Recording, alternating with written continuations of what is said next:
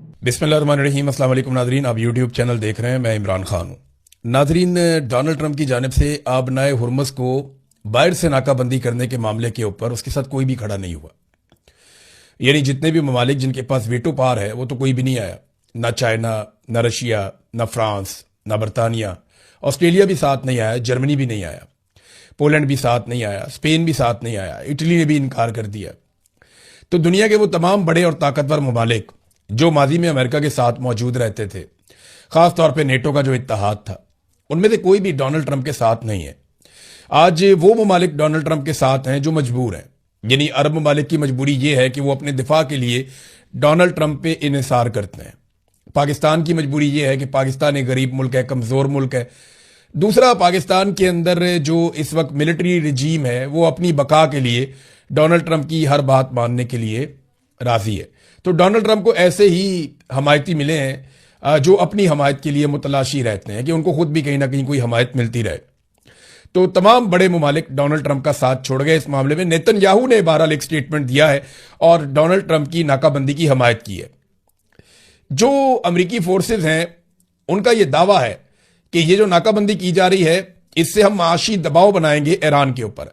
सवाल यह है कि ईरान पे माशी दबाव बनेगा या अरब ममालिक के ऊपर माशी दबाव बनेगा या बाकी दुनिया के ऊपर माशी दबाव बनेगा। यूरोप को जब तेल और गैस नहीं मिलेगा तो उनके ऊपर दबाव आएगा। और कई यूरोपीय ममालिक जो हैं वो अपने कार्गोज यहां से निकाल कर लेकर गए हैं, लेकिन वो ईरानी शराइत के ऊपर निकाल कर लेकर गए हैं। कई दीगर ममालिक वो भी यहां से अपना माल ले जाते रहे हैं। चाइना बहुत तेल लेकर जा रहा है, बाकी ममालिक लेकर जा रहे हैं। तो क्या अमेरिका ये बंदिश कर सकता है? इसमें चीन का किरदार बड़ा इंपॉर्टेंट होगा। चाइना का जो स्टेटमेंट है उसमें चीन ने खुलकर स्टेटमेंट में अमेरिका की मुखालफत की है। ट्रंप ने कहा आबनाए हुर्मुज़ की हम नाकाबंदी करेंगे, उसे बंद कर देंगे बाहर की तरफ से, और यह बचकाना हरकत है। यानी तुम अंदर से कुंडी लगाओगे, हम बाहर से कुंडी लगा लेंगे। भाई हम नहीं बोलते तुमसे। ये क्या हरकत है? इसके पीछे एक रीजन है। वो रीजन मैं आपको अभी आगे एक वीडियो में बताता हूं, लेकिन पहले आप चाइना का स्टेटमेंट, बल्कि चाइना का स्टेटमेंट सुनने से पहले ना, मैंने एक वीडियो बनाई है। ये चंद मिनट की वीडियो है। इसमें नक्शे की मदद से मैं आपको समझाऊंगा कि डोनाल्ड ट्रंप ये बाहर वाली नाकाबंदी से क्या हासिल करेगा। ये आप वीडियो देखिए। जी नाज़रीन, देखें, जैसे मैंने आपको भी बताया, छोटी सी खबर है। डोनाल्ड ट्रंप ये चाह रहा है कि डोनाल्ड ट्रंप तेल बेचे दुनिया को, और डोनाल्ड ट्रंप का तेल दुनिया को तब बिकेगा जब उसके आसपास कोई बहुत सारे खरीदार होंगे, या फिर डोनाल्ड ट्रंप का तेल तब बिकेगा जब बाकी दुकानें बंद हो जाएंगी। अब इस वक्त तेल की एक बहुत बड़ी दुकान जो है वो यहां पे है। ये देखें, ये सऊदी अरब है, ये ईरान है, ये यूएई है, ये बहरीन, कतर, कुवैत। ये बहुत बड़ी दुकान है तेल की। यहां पे दुनिया भर का तेल बिकता है। और अगर ये दुकान बंद हो जाएगी तो फिर दूसरी दुकान चलेगी, क्योंकि सारे ग्राहक जो हैं वो इस दुकान के आसपास रहते हैं। मिसाल के तौर पे ये इंडिया है, ये इस दुकान के बिल्कुल करीब है। ये पाकिस्तान है, ये तेल की इस दुकान के बिल्कुल करीब है। आप आगे जापान चले जाएं, ये थाईलैंड है, ये इस दुकान के करीब है। ये चाइना है, चाइना यहां से आ सकता है जमीनी रास्ते से, चाइना ये पानी के रास्ते से आ सकता है, तो चाइना भी इस दुकान के बहुत करीब है। तो ये जो तेल की दुकान है इसकी अच्छी खासी फरोख्त होती है। ये सारे के सारे जितने भी आपके, ये अफ्रीका है, ये सारा का सारा अफ्रीका है। ये जितने अफ्रीकन कंट्रीज हैं ये सारे इसी दुकान से तेल लेते हैं। ऊपर रशिया है, रशिया के पास भी बड़ी मिकदार में तेल मौजूद है। तो ये दुकान, ये चाइना बहुत बड़ा बायर है, और सेंट्रल एशिया के अंदर ममालिक हैं। यहां पे ये जापान है, आगे आपका आ जाता है ऊपर, ये नॉर्थ कोरिया है, साउथ कोरिया है, नीचे अगर आप आ जाएं तो इंडोनेशिया है, ये श्रीलंका है, ये सारे ममालिक, म्यांमार है, ये सारे ममालिक तेल लेते हैं गल्फ ममालिक से, क्योंकि ये एक बड़ी दुकान है तेल की। अब ये दुकान बंद होगी तभी डोनाल्ड ट्रंप की दुकान चलेगी ना, क्योंकि डोनाल्ड ट्रंप की दुकान तो यहां पे है, ये है। अब आप फासला देख लें। अब आपने कोई चीज खरीदनी है तो आप अपने मोहल्ले से खरीदेंगे या वो दूर जाके आप चौथे मोहल्ले से लेकर आएंगे? जब आप दूर जाएंगे तो आपका पेट्रोल खर्च होगा, आपका किराया खर्च होगा, आपका टाइम खर्च होगा, और आपका रिस्क भी ज्यादा होगा, क्योंकि समुद्री रास्ता है और ये इतने सेफ रास्ते नहीं होते, और बहुत ज्यादा टाइम भी लगता है, तो बड़े प्रॉब्लम होते हैं। अब ये इस दुकान से यहां पे तो खरीदारी हो सकती है आसपास, लेकिन दूर नहीं हो सकती। ये सारा आपका यूरोप है। अब जब भी मैं जरा थोड़ा सा को क्लियर कर दूं ताकि आपको समझने में आसानी रहे, तो हम बात कर रहे थे इस दुकान की। यहां से तेल निकलता है, ये स्ट्रेट ऑफ हॉर्मज़ है, यहां से तेल आगे से जाता है बाबे मंदब से होता हुआ, ये नहरे स्वेज से गुजर के ये पूरे यूरोप को तेल मिल जाता है। ये है असल में तेल का रास्ता। तो यूरोप को भी यही दुकान करीब पड़ती है। यूरोप अगर यहां से तेल लेगा तो ये पूरा का पूरा अटलांटिक ओशियन, ये कोई आसान नहीं है। ये मैप पे आपको छोटा लग रहा है, ये पूरे के पूरे बड़े आदमों से बड़ा है। तो पूरा का पूरा अटलांटिक ओशियन कैसे बहरी जहाज क्रॉस करेंगे? और एक बात और ध्यान में रखिएगा, बहरी जहाज ऐसे ट्रेवल नहीं करते कि सीधे सीधे समुद्र के बीच में से आ जाए, वो हमेशा किनारों पे ट्रेवल करते हैं। बहरी जहाज जब भी ट्रेवल करते हैं किनारों पे ट्रेवल करते हैं, वो समुद्रों के बीच में ट्रेवल नहीं करते। वो किनारों से 10 किलोमीटर 12 किलोमीटर 25 किलोमीटर बाद वो दूर रह के वो ट्रेवल करते हैं। सेंटर के अंदर जाना उनके लिए इतना आसान नहीं होता। भारत अमेरिका ये चाहता है कि उसका तेल ज्यादा से ज्यादा बिके, और वो बेचने के लिए ये सारा खेल अब ऐसा लगता है खेला जा रहा है। ये आपने हुर्मुज को जो ईरान ने बंद किया, तो ईरान की तो मजबूरी है इसको बंद करने की। ईरान तो इसलिए बंद कर रहा है कि हमारे ऊपर हमले होते हैं, लड़ाई होती है, और वो ये कह रहा है कि अब हम यहां से पैसा वसूल करेंगे जो हमारा नुकसान हुआ है। अमेरिका कहता है कि वो मुख्तलिफ जगहों पे ब्लॉकेज लगा देगा, वो मुख्तलिफ जगहों पे ब्लॉकेज लगा देगा, वो कोशिश करेगा कि यहां से जो तेल का जहाज निकले वो उसको आगे से बंद कर दे। तो क्या पाकिस्तान की तरफ तेल नहीं आने देगा, इंडिया की तरफ, चाइना की तरफ? ये वो बड़े सवाल आते हैं कि अमेरिका ये क्यों करने जा रहा है। अमेरिका साथ में ये ऑफर करता है कि हमारे पास बहुत तेल है, ये वेनेजुएला है जिसपे अमेरिका ने कब्जा किया हुआ, यहां तेल के सबसे बड़े जखायर है। अमेरिका के पास खुद भी बहुत सारा तेल है। वो ये कहता है कि आप तेल हमसे खरीद लें, दुकान उसकी बहुत दूर है, तेल वो हमें बेचना चाहता है। तो आसान तरीका क्या है कि ये वाली दुकान बंद कर दो, ये गल्फ के अंदर, बस। जी नादरीन, आपने ये वीडियो देख ली, आपको आइडिया हो गया होगा नक्शे से। देखें, हर चीज को आप हतमी तौर पे तो नहीं कह सकते, लेकिन लगभग सूरत ऐसी है। डोनाल्ड ट्रंप की बातों से तो ऐसा ही लगता है कि वो अपनी दुकान चमकाना चाहते हैं, बाकी दुकानें बंद करना चाहते हैं। देखें, सबको हक है इस दुनिया के अंदर कि वो कारोबार करे। अभी स्पेन गया है, चाइना में, स्पेन का प्राइम मिनिस्टर चाइना पहुंचता है, वहां जाके बातचीत करता है, उनके साथ तिजारत की बातचीत आगे बढ़ाता है। अमेरिका डरा रहा है यूरोपीय ममालिक को कि डरो चाइना से, वो तुम्हें खा जाएगा, बहुत बड़ा जायंट है। लेकिन यूरोपीय ममालिक के लिए अगर चाइना की मार्केट खुल जाती है तो फिर तो यूरोपीय ममालिक के लिए कोई घाटे का सौदा नहीं है। देखें, तजारती खसारा दूर करना पड़ेगा। अगर चीन अपनी मसनूआत को यूरोप में भेजना चाहता है तो फिर यूरोपीय मसनूआत के लिए अपने दरवाजे भी खोलेगा, और इसी तरह एक बहुत बड़ी मार्केट यूरोप को में असर आ जाएगी। दुनिया की सबसे बड़ी आबादी है।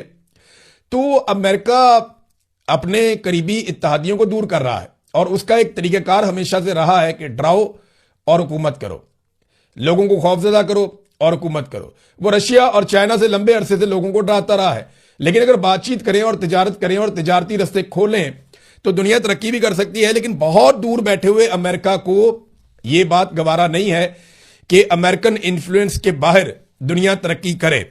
अब चीनी वजीर दिफा जो है, उन्होंने स्टेटमेंट दिया अमेरिका को खबरदार करते हुए कि चीन के ईरान से तिजारती और तवानाई के मुआहदे हैं, चीन इन मुआहदों का एहतराम करेगा और दूसरों से भी तवक्को करता है कि वो हमारे मामलात में दखल अंदाजी ना करें। एडमिरल डोंग जुन, ये वजीर दिफा हैं चाइना के, उन्होंने कहा कि आबनाए हुर्मुज ईरान कंट्रोल करता है और वो हमारे लिए खुली है। चीन के बहरी जहाज आबनाए हुर्मुज से गुजर रहे हैं। चीनी वजारत खारजा ने स्टेटमेंट दिया कि अहम आबी रस्ते को महफूज, मुस्तहकम और बिला रुकावट रखना बैनुल अक़वामी बरादरी के मुश्तरका मफाद में है।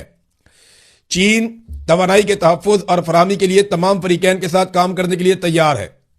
इस्लामाबाद में मुज़ाकरात का आगाज सूरत हाल बेहतर बनाने की जानिब एक कदम है। उम्मीद है फरीकैन जंगबंदी की पासदारी करेंगे। बरतानिया और ऑस्ट्रेलिया ने भी आबनाए हुर्मुज की नाकाबंदी की मुखालफत की है, जबकि तुर्की और जापान ने तनाज़े को सफारतकारी से हल करने का मशवरा दिया। ये खबर मैं आपको पढ़ के सुना रहा था, लेकिन मामला यह है कि चाइना ने कैटेगोरिकली कह दिया कि हमारे जहाज तो ना रोकना भैया, अगर हमारे जहाज रोकोगे तो हम रिएक्ट करेंगे। लेकिन सवाल यह पैदा होता है कि क्या अमेरिका यह रिस्क ले सकता है कि बड़े बड़े ममालिक के बहरी जहाजों को समंदर में रोकने की जरूरत करे? खासतौर पर अमेरिका रोक दे चीनी जहाजों को, रूस के जहाजों को, जापान के जहाजों को, कोरियन जहाजों को, और इसके अलावा भारतीय और पाकिस्तानी जहाजों को रोक दे अमेरिका, या यूरोप की तरफ जाने वाले जो बहरी जहाज हैं जिनके अंदर उनका माल जा रहा है उनको रोक दे, फ्रांस को, जर्मनी को, बाकी ममालिक को। तो ये इतना आसान नहीं है अमेरिका के लिए। लेकिन अगर अमेरिका ये रोकता है तो वो अपने मुखालिफिन की तादाद में इजाफा करेगा। इससे उसके मुखालिफिन कम नहीं होंगे। ट्रंप बार बार कह रहा है, बल्कि चाइना को ट्रंप ने कहा कि अगर चाइना को कोई प्रॉब्लम है तो अपने खाली जहाज ले आए और आकर हमसे भर के तेल ले जाए। हमारे पास बड़े बड़े जखायर है, हमारे पास सऊदी और रूस से बड़े जखायर है, और वेनेजुएला का तेल भी हमारे पास है। अब आपको समझ आ रही है कि डोनाल्ड ट्रंप ने ये सारा खेल खेला कैसे। तो अरब ममालिक को क्या मिला? सबसे बड़ा सवाल यह है, अरब ममालिक का तो भट्टा ही बैठ गया ना। फिर भाई तेल बिकेगा अमेरिका का, अरब ममालिक ने पैसा दिया अपनी हिफाजत के लिए अमेरिका को, अमेरिका ने उसी पैसे को इस्तेमाल करते हुए इसराइल की हिफाजत की, और अरबों की हिफाजत का वक्त आया तो अरबों के गिले शिकवे बीच में रह गए। आज अरबों का तेल बंद है और अमेरिका कहता है आओ हमारा तेल खरीद लो। यहां से भी पैसा ले लिया, वहां से भी पैसा ले लिया, इसराइल को भी राजी कर दिया, अपना तेल बेचने के लिए मार्केट भी कर लिया कि हमारा तेल अब आप खरीद लीजिए। तो ईरान ने ऐसे में एक इंपॉर्टेंट स्टेटमेंट दिया है, और ईरान ने यह कहा कि ईरानी बंदरगाहों को अगर खतरा हुआ या अगर ईरानी बंदरगाहों के ऊपर हमला किया गया तो इसके बदले में खित्ते में किसी की भी बंदरगाहें महफूज नहीं रहेंगी। अब ये ईरान ने अगर कहा है तो उसने माजी में करके दिखाया। ये ऐसा हमने बार बार होता हुआ देखा कि जब जब ईरान ने कहा कि अगर हमारे फलां चीज के ऊपर अटैक किया तो उसके जवाब में हम ये करेंगे, तो ईरान ने वो करके दिखाया। ईरान के जो वजीर खारजा अब्बास अराक्ची, उन्होंने कहा इसराइली रियासत को उनके शैतानी इकदाम के नतीजे में तीसरी आलमी जंग शुरू होने से पहले ही खत्म कर देना चाहिए। यह उनका स्टेटमेंट है, और ऐसा ही स्टेटमेंट तुर्की ने भी दिया। कई यूरोपीय ममालिक यह कहना शुरू हो गए हैं कि जनाब हमें तो बहुत सारी चीजें अलग किस्म की बताई जाती थी, लेकिन जो आज हम होता हुआ देख रहे हैं गाजा में, लबनान में, ईरान में, और जिस तरह आबने हुर्मुज को बंद कर दिया गया है और जिस तरीके से पूरे खित्ते को आग में झोंक दिया गया है, अब जैसे डोनाल्ड ट्रंप कह रहा है कि वो बाहर से बंद कर देगा, कि तुम अंदर से कुंडी लगाओ, हम बाहर से कुंडी लगा लेंगे। तो ये जो डोनाल्ड ट्रंप की पॉलिसी है, इससे डोनाल्ड ट्रंप के मुखालिफिन में इजाफा हो जाएगा। ईरान ने एक वीडियो भी जारी की है, और ये पासदारान इनकलाब ने अमरीकी जो बहरी जहाज आए थे, जो फाइटर बहरी जहाज थे अमेरिका के, जब वो आबना हुर्मुज के करीब आए तो पासदारान इनकलाब ने बाकायदा एक वार्निंग भेजने की वीडियो जारी की, और उसमें दिखाया कि किस तरीके से डोनाल्ड ट्रंप का दावा गलत था। जब अमरीकी जहाज ईरान के बिल्कुल करीब पहुंचे, आबना हुर्मुज के करीब आए, तो ईरान ने उन्हें वार्निंग दी, और वार्निंग देने के बाद उन्हें वापस जाने पर मजबूर कर दिया। ईरान ने काफी अच्छा बंदोबस्त किया हुआ है, और जितने भी आलमी तजियाकार हैं उनका यह कहना है कि ताकत के बलबूते पे आप आबना हुर्मुज को कभी भी कंट्रोल नहीं कर पाएंगे, क्योंकि ईरान की वहां सरहद लगती है साथ, वो पूरे सरहद के साथ साथ है। या तो आप वहां पे कब्जा करके एक नया मुल्क बना लें, ये आप कर नहीं सकते। जमीन पे आपने अभी तक फौजी उतारे नहीं, आप उतारेंगे तो वहां पे लड़ाई हो जाएगी। वो कहते हैं 1 करोड़ से ज्यादा, ये दावा किया ईरानी सदर ने कि 1 करोड़ 40 लाख के करीब ईरानी हैं जिन्होंने अपने नाम लिखवा दिए जंग लड़ने के लिए, कि वो लड़ना चाहते हैं। अब ऐसी कौम के साथ जमीन पे उतर के कौन लड़ेगा? जब सारी कौम ही लड़ना चाहती है तो आप उनके साथ जमीन पे उतर के लड़ाई तो नहीं लड़ सकते, या आप वहां नया मुल्क तो नहीं बना सकते कब्जा करके। ना वो इसराइल की सरहद के साथ लगता है कि वो लेबनान की तरह बहुत बड़ी एक वो एरिया बना लेता है कि जनाब ये बफर जोन है, इसके बीच में कोई नहीं आएगा, या हम अपने आप को महफूज बना रहे हैं। तो आबना हुर्मुज को कंट्रोल करना नामुमकिन है, आपको ईरान के साथ बात ही करनी पड़ेगी। क्या दोबारा मुज़ाकरात होंगे? बिल्कुल मुझे ऐसा लगता है कि दोबारा मुज़ाकरात होंगे, और ये मुझे लगता नहीं है। ये जो कोशिशें हो रही हैं, जो पाकिस्तान भी कर रहा है, तुर्की भी कर रहा है, मिस्र भी कर रहा है, रशिया और चाइना भी कर रहे हैं, और बहुत सारे जो यूरोपीय ममालिक हैं वो भी कोशिश कर रहे हैं कि मुज़ाकरात हो जाएं। अरब ममालिक भी ये चाहते हैं कि मुज़ाकरात हो जाएं। अगर मुज़ाकरात दोबारा हो जाते हैं तो उम्मीद है कि अमेरिका मजीद लचक दिखाएगा और ईरान के साथ कोई मामला उनके तय हो जाएंगे। लेकिन देखें, अमेरिका को चाहिए फेस सेविंग, उसको जीत की सूरत में एक ट्रॉफी चाहिए। वो ट्रॉफी क्या हो सकती है? एक, वो ये चाहते हैं कि आबना हुर्मुज फौरी तौर पे खुल जाए। अब ईरान की जानिब से एक और खबर भी आती है, उसमें यह दावा किया जाता है कि अमेरिका हिस्सा मांग रहा था कि आबना हुर्मुज में से जो भी कमाओगे उसमें हमारा हिस्सा हमें दोगे। मैंने आपको यह बात पहले भी बताई थी कि बहुत मुमकिन है कि आने वाले वक्त में अमेरिका कोई ऐसा सेटअप कायम कर दे जिसमें वो यहां से भी पैसे कमा ले, क्योंकि पूरी दुनिया से अमेरिका पैसा ही तो कमाता है, अपनी तेल की कंपनियों के जरिए से, मादनियात की कंपनियों के जरिए से, अपनी तजारत के जरिए से और कंट्रोल के जरिए से, और अपने डॉलर के जरिए से, जैसे पेट्रो डॉलर की एक टर्मिनोलॉजी है। तो अमेरिका पूरी दुनिया से पैसा ही कमाता है, और यहां पे भी अगर उसको पैसा अच्छा मिल जाता तो शायद एक अच्छी डील भी हो जाती। तो उसको वॉर ट्रॉफी चाहिए कि हम जीते हैं। वॉर ट्रॉफी क्या हो सकती है? वो यूरेनियम जो ईरान ने अफसूदा की है, 60% अफसूदा यूरेनियम, वो अमेरिका को चाहिए कि वो रख के दिखा दे किसी एक जगह के ऊपर कि ये यूरेनियम, डोनाल्ड ट्रंप जाए, जाके विजिट करे और शाबाश दे अपने लोगों को और कहे जनाब इसके लिए हमने जंग लड़ी थी, हमारा मकसद पूरा हो गया। तो एंडिंग अच्छी नहीं हो रही। तो अब डोनाल्ड ट्रंप इस जंग को लंबा कर सकता है। वॉल स्ट्रीट जर्नल ने यह दावा किया, द इकोनॉमिस्ट कह रहा है कि Donald Trump full fledge war के अंदर नहीं जाएगा, वो पछता रहा है पहले ही।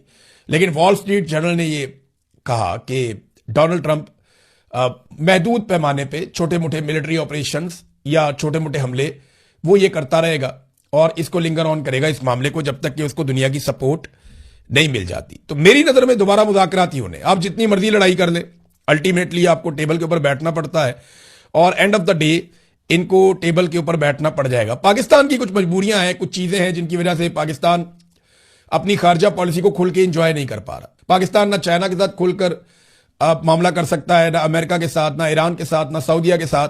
हाँ, एक मजबूरी है कि अभी यूएई का पैसा पाकिस्तान ने वापस करना है और उसके लिए ब्लूमबर्ग की रिपोर्ट के मुताबिक पाकिस्तान चीन और सऊदी अरब से कह रहा है कि हमारे कौमी खजाने में रखने के लिए कुछ पैसा आप दे दें अमानतन, और वो पैसा उधार होगा, हमारे पास पड़ा रहेगा, उसके ऊपर ये सूद भी अदा कर सकते हैं, तो हम यूएई का पैसा वापस कर दें। अब यूएई को इस महीने पैसे वापस करने पड़ेंगे। उन्होंने कई दहाइयों तक पैसा अपना पाकिस्तान के पास रखा है, उसके ऊपर वो सूद लेते रहे हैं, लेकिन वो पैसा हमें वापस करना पड़ेगा।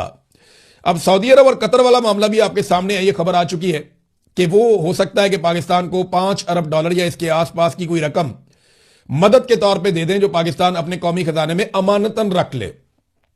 इसके लिए शहबाज शरीफ अभी मुस्तकबिल करीब में सऊदी अरब का एक विजिट भी करने वाले हैं और इसी हवाले से गुडविल जेस्टर के तौर पे पाकिस्तान ने सऊदी अरब के अंदर जो है वो अपने एयरफोर्स की तादाद को बढ़ाया, अपने जंगी जहाज भेजे, अपनी फौजियों की जो प्रेजेंस है उसको पाकिस्तान ने वहां पे बढ़ाया।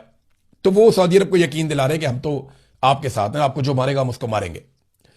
और जो बहुत सारे टाउट सहाफी हैं वो लगातार ये स्टेटमेंट दे रहे हैं कि ईरान खैर मना ले, ईरान को पता चल जाए, वो इस किस्म की बातें कर रहे हैं। ईरान का बाज़-औक़ात नाम लेकर, बाज़-औक़ात नाम लिए बगैर वो ईरान के ऊपर तनकीद कर रहे हैं और इन्होंने पूरी कोशिश की है कि किसी तरह पाकिस्तान तहरीक इंसाफ को उकसाया जाए। यानी पाकिस्तान तहरीक इंसाफ पहले दिन से ये इमरान खान का मौक़िफ़ था, सबसे पहले इमरान खान ने यह सुलह करवाई थी। ये इमरान खान का मौक़िफ़ था कि हर हाल में आप जंग से बचें, बैठ के बातचीत करें, रस्तों को खुला रहने दें और इत्मीनान के साथ, अमन के साथ रहें। यही सारे मुस्लिम ममालिक के मफाद में है। अब जो इमरान खान ने कहा था या जो उसकी पॉलिसी थी, जब उसके ऊपर अमल दरामद हुआ तो सारे के सारे जो हैं वो पाकिस्तान तहरीक इंसाफ को उकसाने की कोशिश कर रहे थे कि किसी तरह पाकिस्तान तहरीक इंसाफ को उकसाया जाए, उनसे कोई स्टेटमेंट निकलवाए जाएं और उन स्टेटमेंट्स की बुनियाद के ऊपर पाकिस्तान तहरीक इंसाफ पर गद्दारियों के फतवे लगा दिए जाएं कि ये मुल्क के दुश्मन है। अंसार अब्बासी साहब जैसे लोगों ने इस पे बड़ी जल्दी पे तेल का काम किया। तहरीक इंसाफ के लोग एक ही बात पहले दिन से कर रहे हैं, मेरा भी पहले दिन से ये मौक़िफ़ है, हर पाकिस्तानी का ये मौक़िफ़ है कि पाकिस्तान को जंग में उतरने की बजाय अमन के लिए किरदार अदा करना चाहिए। लेकिन टाउट्स ने पूरी कोशिश की कि पाकिस्तानियों को किसी तरह भी उकसाया जाए और कोई ऐसा माहौल बनाया जाए कि पाकिस्तान तहरीक इंसाफ या इमरान खान साहब को मजीद कुचलने का एक जवाज घड़ दिया जाए। लेकिन तहरीक इंसाफ पे आफरीन है, उन्होंने बदतरीन फस्तायत, जुल्म और जबर के बावजूद अपना जलसा भी कैंसिल किया। उन्होंने हर उस चीज की हमायत की जो अमन के लिए जरूरी थी और हर उस चीज की मुखालफत की जिसमें पाकिस्तान जानिबदार बनने जा रहा था। जानिबदार पाकिस्तान देखें कुछ हद तक हो ही जाता है। मैं मिसाल आपको देता हूं, अभी सुबह मुझे एक टेलीफोन कॉल आई, मेरे एक दोस्त है, उन्होंने मुझे बताया कि पाकिस्तान ने भाईचारे की आला मिसाल कायम करते हुए तेहरान टाइम्स को पाकिस्तान में बंद कर दिया है। कुछ ईरानी वेबसाइट्स हैं न्यूज की जो पाकिस्तान के अंदर अब ब्लॉक हो गई हैं। मैं बड़ा हैरान हुआ, मैंने कहा ये कैसे हो सकता है, मैं क्योंकि बरतानिया में हूं तो मुझे यहां से तो पता नहीं चलना था। फिर मैंने पाकिस्तान में कुछ दोस्तों को फोन किया, उन्हें मैंने कहा जी कि आप तेहरान टाइम्स को खोलें बगैर वीपीएन के। वो जिसने खोला उन्होंने कहा जी नहीं खुल रहा, ये सुबह की बात है। तो तेहरान टाइम्स नहीं खुल रहा था। फिर मैंने उन्हें कहा जी आप न्यूयॉर्क टाइम्स खोल के देखें, तो उन्होंने खोला, कहते नहीं न्यूयॉर्क टाइम्स भी खुल गया है, वॉशिंगटन पोस्ट भी खुल गया है, यानी अमरीकी अखबार खुल रहे हैं। मैंने फिर उन्हें कुछ इसराइली अखबार खोलने के लिए कहा। तो इसराइली और अमरीकी मीडिया पाकिस्तान में देखा जा रहा है, आप इंटरनेट के ऊपर उसको सर्च करके खोल सकते हैं। लेकिन जब मैंने सुबह चेक करवाया और 2 मरतबा चेक करवाया, अलग अलग जगह पे चेक करवाया, तो तेहरान टाइम्स पाकिस्तान में बंद हो गया था। एक जर्नलिस्ट है उस्मान चौधरी साहब, उन्होंने भी इसकी निशानदेही की है कि उनके पास भी ये नहीं खुल रहा। कुछ और लोग हैं, उन्होंने भी इस किस्म की बात की है कि तेहरान टाइम्स, क्योंकि एक दोस्त ने हमारा, उनका एक आर्टिकल भी छपा था तेहरान टाइम्स में, वो पढ़ने के लिए एक और दोस्त ने खोला, उन्होंने कहा जी उनके पास भी नहीं खुला। तो पाकिस्तान के अंदर तेहरान टाइम्स बंद हो गया। ये क्यों बंद हो गया? यानी अमेरिका का और इसराइल का मीडिया पाकिस्तान में देखा पढ़ा जा सकता है, लेकिन ईरान का मीडिया पाकिस्तान में देखा पढ़ा नहीं जा सकता। ये क्यों हुआ? और ईरानी सहाफियों के ऊपर पाकिस्तान की मिलिट्री एस्टेब्लिशमेंट ने, बाकायदा अफसरान ने ये हुक्म जारी किया कि उन्हें अपने टीवी चैनल्स में और प्रोग्रामों के अंदर अब ना बुलाया जाए। और ये बात ईरान के सहाफी तस्दीक कर चुके हैं। जब मैंने ये खबर दी तो इन्होंने बहुत छलांगे मारी, लेकिन बाद में इसकी तस्दीक भी आ गई। तो नाज़रीन, हम चीजों के ऊपर नजर रखेंगे, आपके साथ शेयर करते रहेंगे। अब तक के लिए इतना ही। अपना ख्याल रखिएगा, अपने चैनल का भी। अल्लाह हाफिज।